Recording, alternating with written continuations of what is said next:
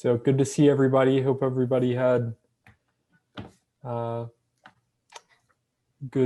past couple weeks, and if you went to summer games, hopefully you had some fun there if you were able to go. But we are going to talk today about the role of food in your health, specifically with cholesterol and blood sugar. And so this is the same series that we've been doing, the same series of presentations where we collaborated with the American Heart Association and Aramark to create the Healthy for Life initiative, which is what these presentations are a part of. And so again, same setup, the agenda, just a brief introduction to the topic, which is what we are doing right now. And then going over the role of food in both cholesterol and blood sugar, which I think it's really good because I think that out of the sort of big dietary things that are talked about, I feel like cholesterol sometimes gets overshadowed, same with blood sugar. And then we'll learn some different facts about healthy and unhealthy fats. And we are not going to be having a healthcare discussion. So these presentations are set up with. Hey, sorry, Trent. Just so there's no feedback in the background, could everybody just mute themselves if they're not talking? Morgan, I forgot to do that. Oh no, you're good. I just forget to remind people. Oh, you're good. It can be easy to forget, you know. It's no problem at all. But thank you for that reminder, Mo. But yeah, so just some learning objectives. Again, the last one, meeting with a healthcare professional. We're not going to be doing that today, but we hope that you're going to be able to understand how food affects your body's cholesterol and blood sugar levels, and also be able to identify strategies for controlling your cholesterol and blood sugar. And we will go over several different ways, and we'll play this video and just sort of gives a brief overview, and then I'll turn it over to Katie.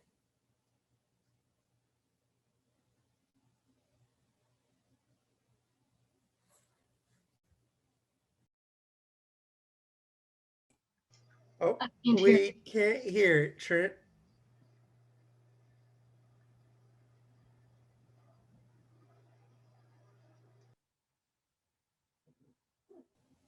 Oops, that was my bad.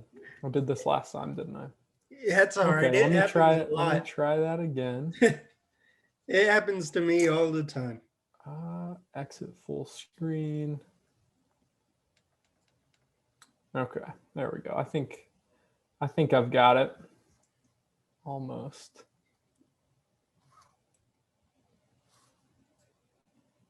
All right, sorry about that, everybody. I always forget that you have to check mark the share sound and optimize video clip. So it should work this time, so just let me know if it doesn't. And let's see here if we can hide.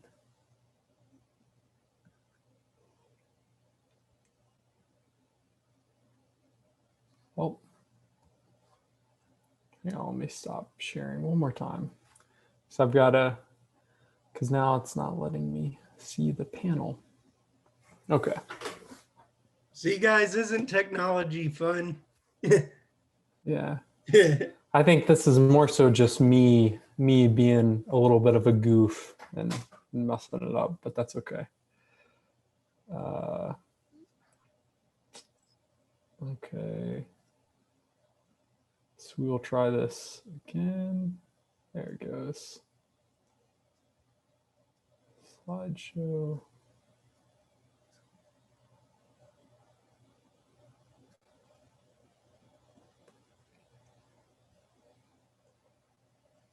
All right, can you guys still see this now?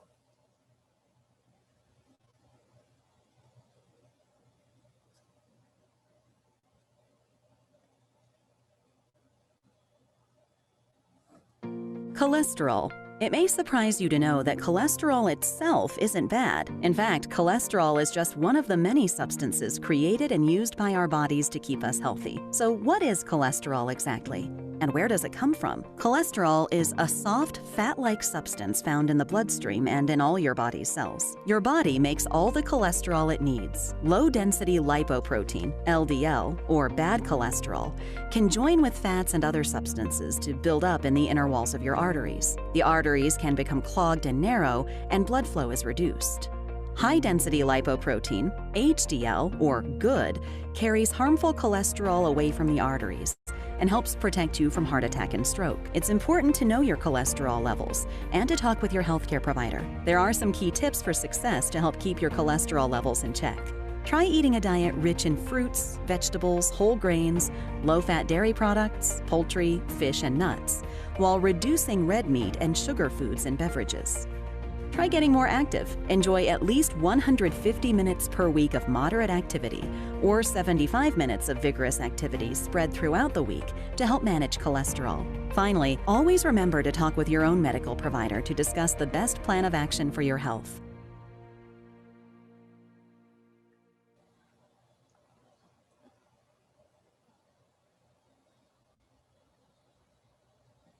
All right. Turn it over to you, Katie.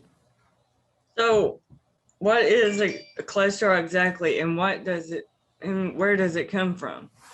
Cholesterol is a soft, fat-like substance found in the bloodstream and in all your body cells.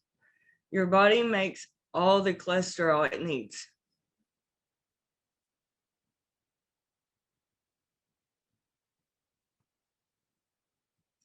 There are two types of cholesterol: high-density lipoprotein, HDL, or good cholesterol, and low-density lipoprotein, LDL, or bad cholesterol. HDL cholesterol is good because it carries harmful cholesterol out of the arteries and helps protect you from heart attack and stroke. LDL cholesterol is bad because if you have too much, it can begin to build up in the inner walls of your arteries. They can become clogged and narrow, reducing blood flow to your heart and brain.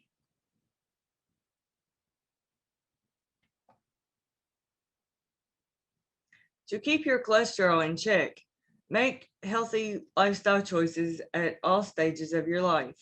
Eating a healthy diet and engaging in regular physical activity are both very important.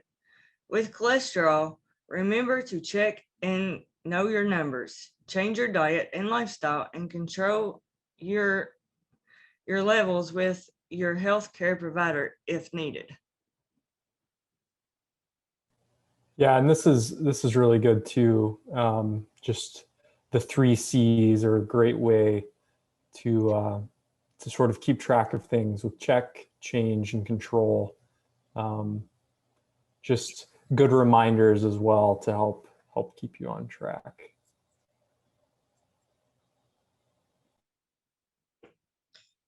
Here are some key tips for success to help keep your cholesterol levels in check. Eat a diet rich in fruits, vegetables, whole grains, nuts, beans, and fish, while reducing your intake of saturated fat, processed meats, refined carbohydrates, and sugar-sweetened beverages.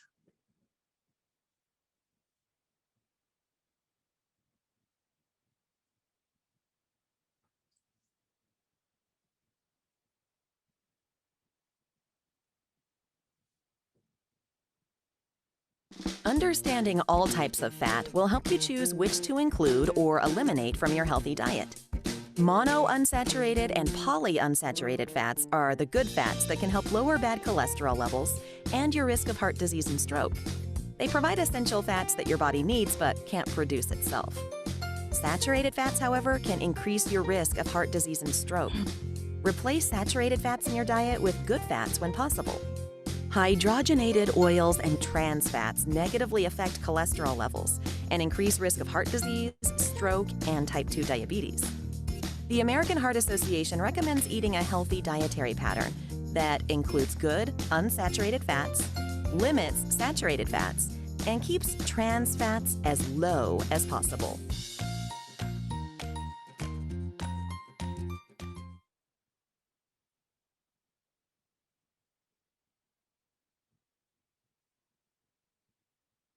Understanding all types of fat will also help you choose which to include or eliminate from your healthy diet.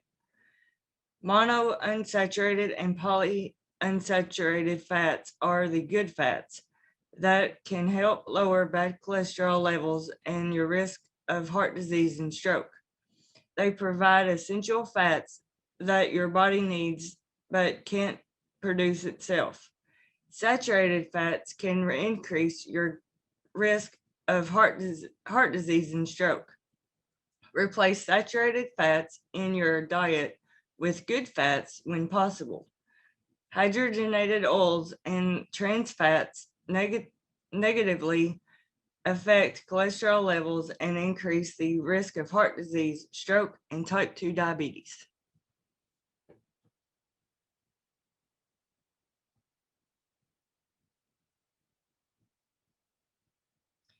The AHA recommends eating a healthy dietary pattern that includes good unsaturated fats, limits saturated fats, and keeps trans fats as low as possible.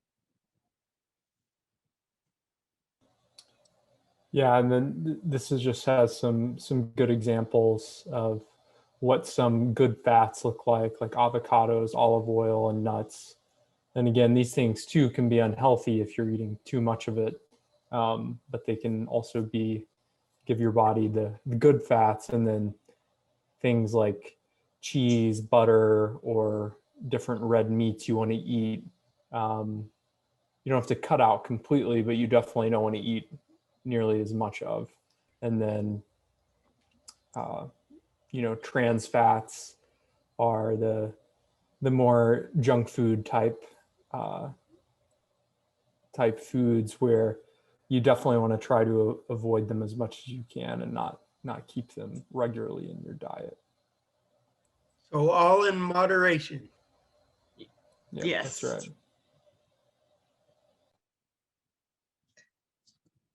Get at least 150 minutes per week of moderate intensity aerobic activity or 75 minutes per week of vigorous aerobic activity, or a combination of both, preferably spread throughout the week. Add moderate to high intensity muscle strengthening activity, such as resistance or weights, on at least 2 days per week.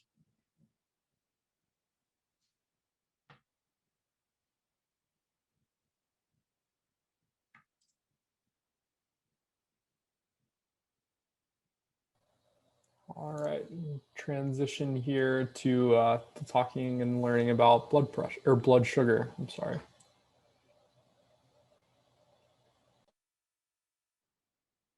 Did you know you can lower diabetes and heart disease risks by controlling your blood sugar? Heart disease and stroke are the #1 killers among people with type 2 diabetes. Blood glucose, or sugar, is an important fuel for your body. When it's at the recommended level, that's normal. But when it's too high, that can lead to diabetes. Insulin is a hormone that is important for controlling blood glucose levels. But if your glucose levels become too high or too low, your body can have trouble producing a hormone called insulin that it needs to stay healthy. When your body doesn't produce enough insulin, or it doesn't efficiently use the insulin it makes, your blood sugar may become too high. When this happens, your body's cells cannot use the sugar in your blood, and the cells can be starved for energy. Over time, high blood sugar levels can damage your eyes, kidneys, nerves, or heart. You can lower your blood sugar by eating better. Eating a diet full of fruits, vegetables, whole grains, low-fat dairy products, poultry, fish, and nuts, while limiting sugary foods and beverages to promote a healthy lifestyle. Finally, always remember to talk with your own medical provider to discuss the best plan of action for your health.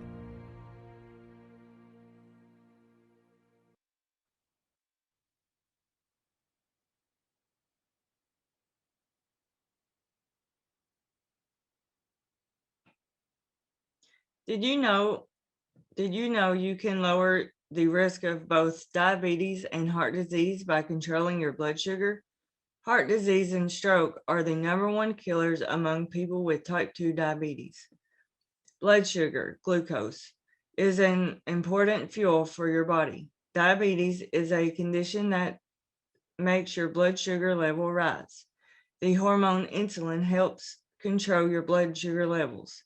If the level becomes too high or drops too low, your body will have trouble producing the insulin it needs to stay healthy.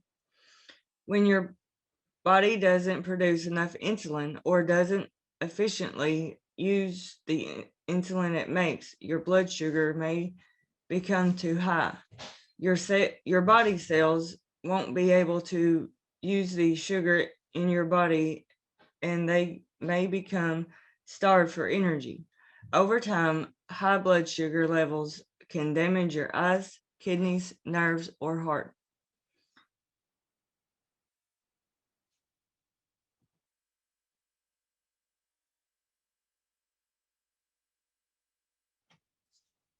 You can lower your blood sugar by making better beverage and food choices.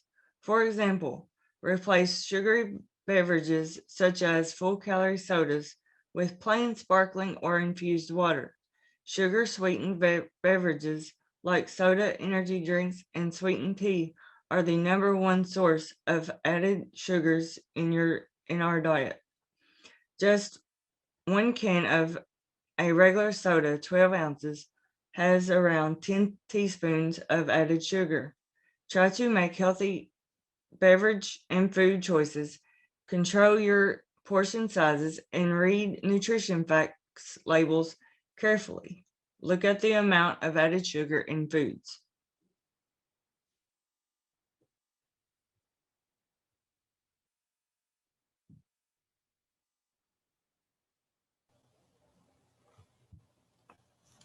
So we obviously don't have a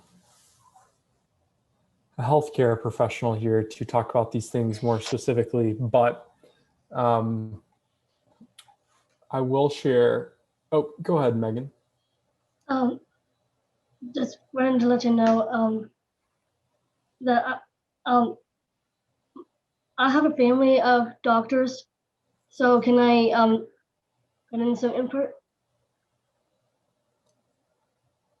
Oh, like you getting their input from your family doctor?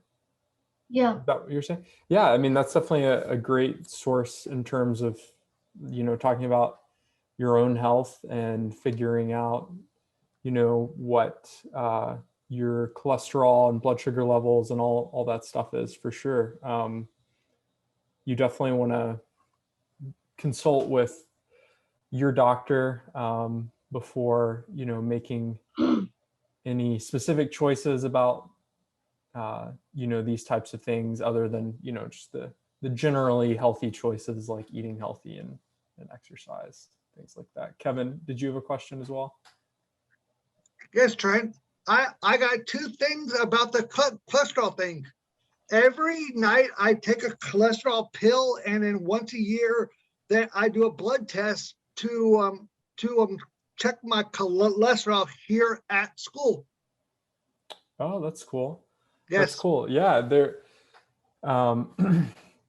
there are, obviously different things and medications like, diabetics getting insulin, for instance. And so we all have very different bodies, and our bodies respond differently to different things. And so sometimes we do have to take medication to help regulate and keep these things in check, even when we are doing the things like, eating the healthy foods, avoiding the unhealthy fats, avoiding foods high in processed sugar, sometimes our bodies still don't always respond the way that they should to these things. And so sometimes we have to take medications to help with that. So yeah, that's definitely totally normal and common. But sometimes too, if you do start taking a medication and you do start to eat healthier and exercise regularly, sometimes in certain cases you may be able to stop taking medication if your body gets back to quote unquote normal levels. But you definitely your doctor would be the one that tells you that, of course. But and I'll send this link in the chat because I believe I have it as a PDF. But again, it just has some general tips about cholesterol, stuff that we've talked about already, but it has it more condensed down. If nice you can't sheet. find the link, I can send it if you want. Yeah, I can't send it right now when I'm screen sharing. Oh, well, but me too. if you want to, yeah, that would be great. Yeah, no problem. I can. It's in the facilitator notes. Yeah. You've got that pulled up. Yep. Whoops. But yeah, again, following these tips for success, just like we talked about, you want to eat healthy, be physically active. You want to know what fats are in the foods, like know what good fats are, specifically for cholesterol. And again, even though there are healthy fats, we still want to be careful because, olive oil is healthy in moderation, but if you eat too much olive oil, it can be, pretty taxing on your body. Same with avocados, right? It's a pretty dense food and a very healthy food, but if you eat too much of it, it can be pretty unhealthy. And so again, yeah, cutting out smoking. If you smoke or cutting back on smoking increases your risk of heart. As smoking increases your risk of heart disease and can contribute to your cholesterol. And then, yeah, take medication as directed by your doctor if your doctor tells you to. And again, you can get these things checked whenever you are at the doctor to find out what these levels are. And it's the same with blood sugar. Mo, if you can send this one too, that would be great. But and diabetes, it's a little bit of a little bit different than cholesterol. Obviously, blood sugar is very different, but a lot of the same principles still apply. Eating healthy, moving more, cutting out smoking if you're smoking, and consulting with the physician about medication, because your blood sugar levels can really affect how you feel. I mean, cholesterol can too, obviously, but if your blood sugar is low or if your blood sugar is too high, I mean, you are going to have a very physical reaction to that. And so you definitely want to make sure that all of this is at a healthy level. And then these sheets also offer some numbers too that you can look at whenever you do go to the doctor. You can look and see what the healthy levels are. And I think we've already actually shared this one, but we can share it again. It's just the Sip Smarter sheet. It goes over a lot of the information just about how unhealthy a lot of the drinks that we consume are, and so just the importance of drinking water and cutting back on those sugary drinks as best we can. Again, reading the label, very important.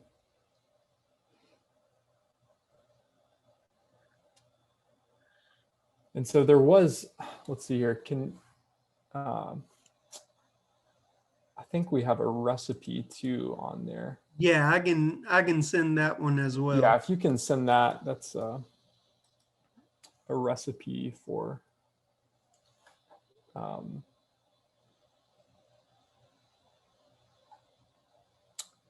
healthy meal, but also a tasty meal. Curry is one of my favorite foods, one of my favorite dishes. So if you guys do make this, definitely let me know how you guys like it.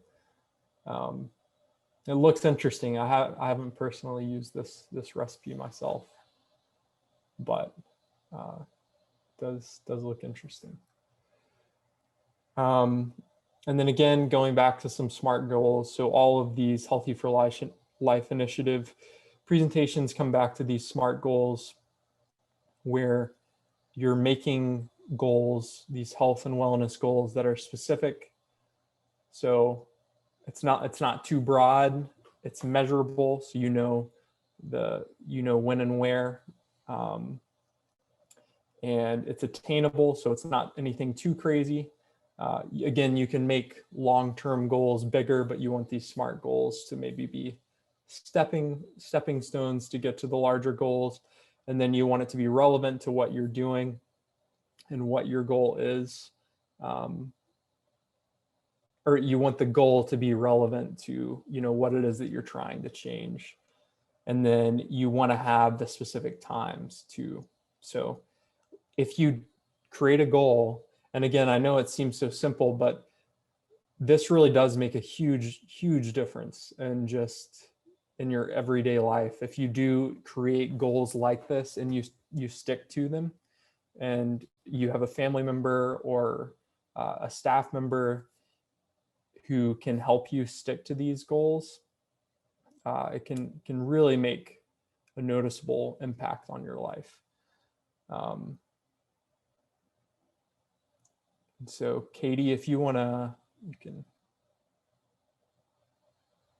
read these.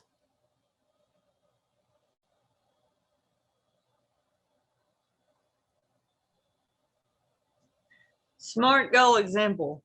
Goal. I will check my cholesterol and blood sugar levels regularly. SMART goal. I will ask my doctor about my cholesterol and blood sugar levels at every visit at least once a year.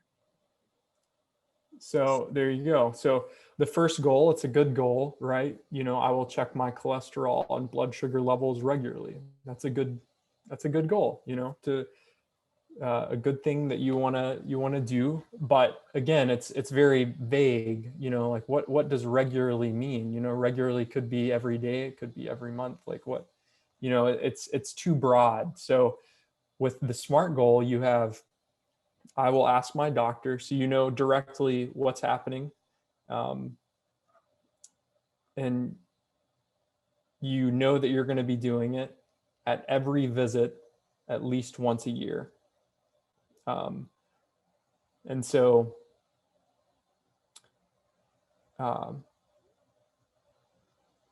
you have the specific timeline of what you're looking at, and you know exactly when you're going to be doing it anytime you go to the doctor's office.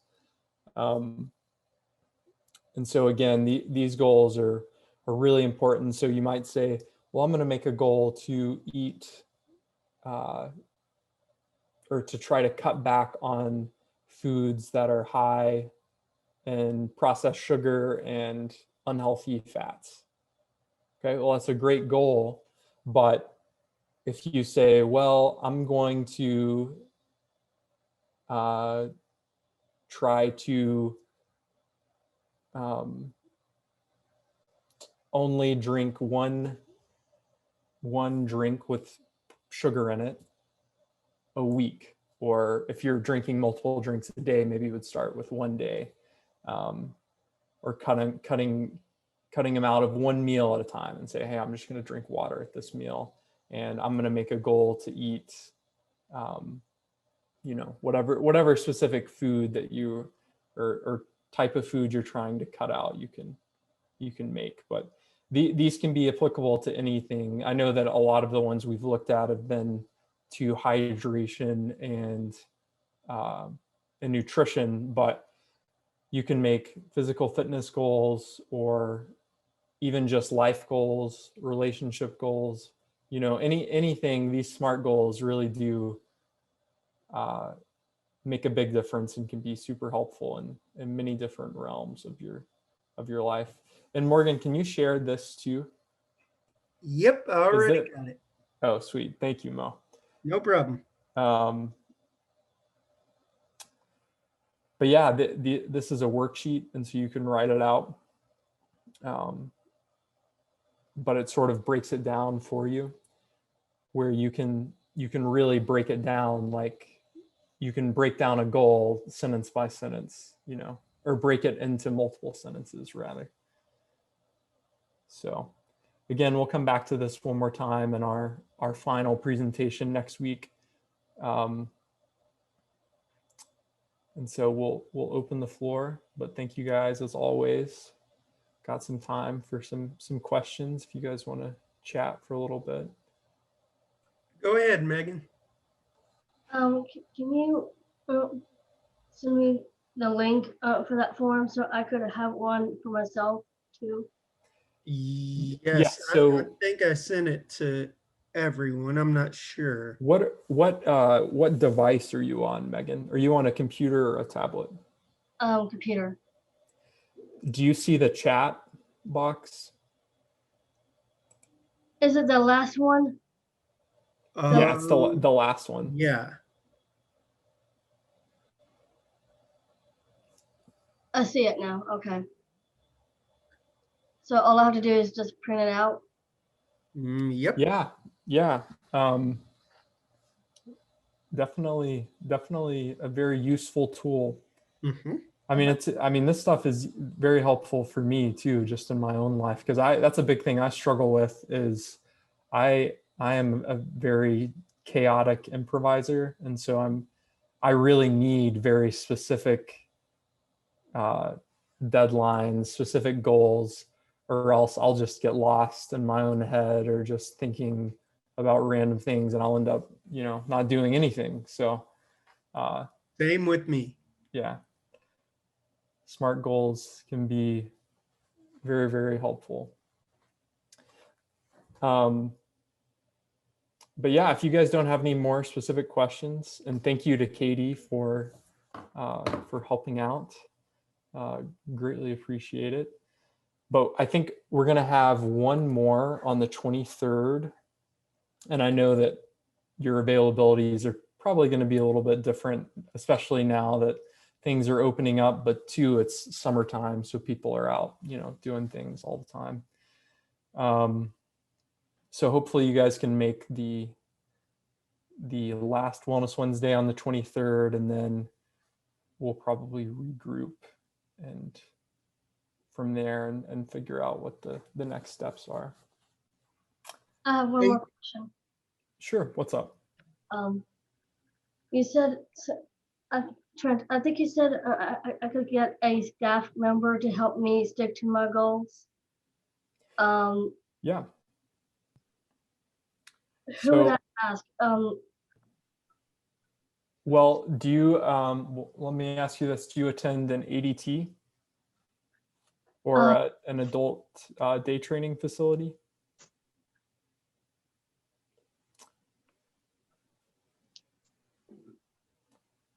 If that it might be, maybe it's confusing the way I'm asking it, but to recommend someone like that. I mean, I meant like a staff member through Special Olympics.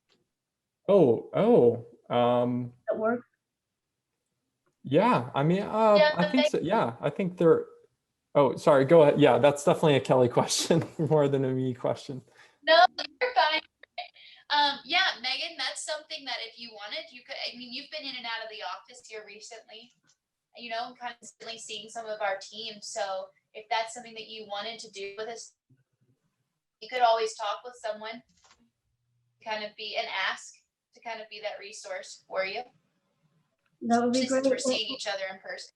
Yeah, that would work for me because